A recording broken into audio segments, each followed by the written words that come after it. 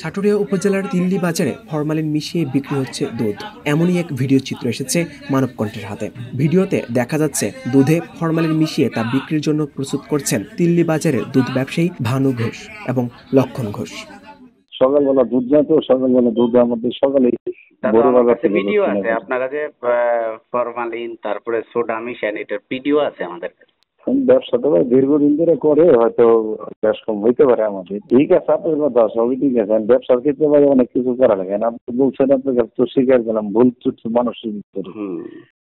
এই ফরমালিন মেশানো দুধ বা অন্য কোনো খাবার নানাবিধ শারীরিক জটিলতা সৃষ্টি করে বলে জানিয়েছেন উপজেলা স্বাস্থ্য ও পরিবার পরিকল্পনা কর্মকর্তা মামুনুর রশিদ।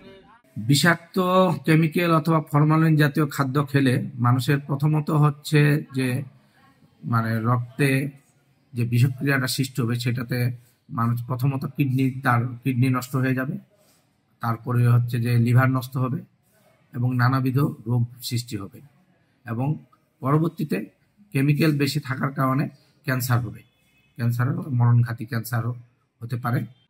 এসব অসাধু ব্যবসায়ীর বিরুদ্ধে ব্যবস্থা নেওয়ার দাবি জানিয়েছেন ভোক্তারা।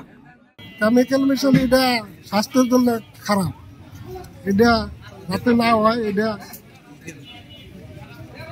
কি করে ব্যবস্থা নিতে হবে। দিল্লি বাজারে এখানে অনেক দূর দূরান্ত থেকে দুধ ক্রয় বিক্রয় হয়। এখানে নাকি কেমিক্যাল মিশিয়ে দুধ বাজারজাত করা হয়।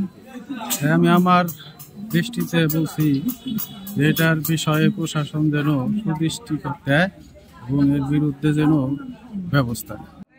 মানব দেহের জন্য ক্ষতিকারক এই রাসায়নিক শুধু ভানু ঘোষ কিংবা লক্ষণ ঘোষে নয়, এহেন অপকর্মের সাথে জড়িত থাকার অভিযোগ রয়েছে এই তিল্লি বাজারের আরও দুধ বিক্রেতাদের বিরুদ্ধে।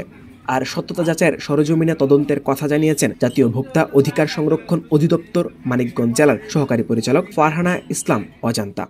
একটা অভিযোগ আমরা পেয়েছি যে মানিকগঞ্জের সাটুরিয়া উপজেলায় দুধের সাথে ফরমালিন মেশানো হচ্ছে যাতে দুধটা বেশি দিন সাস্টেইন করে। তো এটা অবশ্যই আইনে, ভোক্তা অধিকার আইনে এটা একটি দণ্ডনীয় অপরাধ। যদি এ ধরনের কার্যকলাপ করা হয় সেক্ষেত্রে আইনে অনূর্ধ্ব 3 বছর কারাদণ্ড বা অনধিক 2 লক্ষ টাকা অর্থদণ্ড বা উভয় দণ্ডের বিধান রয়েছে। তো আমরা যেহেতু তথ্য পেয়েছি, আমরা এখানে সরেজমিনে তদন্তে যাব।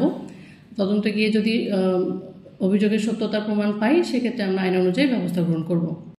বিষয়টি অবগত নয় জানিয়ে লাভের জন্য ব্যবসায় এমন অসাধু আচরণের অভিযোগ পেলেই প্রয়োজনীয় ব্যবস্থা গ্রহণ করা হবে বলে জানানো হয় সাটুরিয়া উপজেলা নির্বাহী কর্মকর্তা মোহাম্মদ ইকবাল হোসেনের পক্ষ থেকে।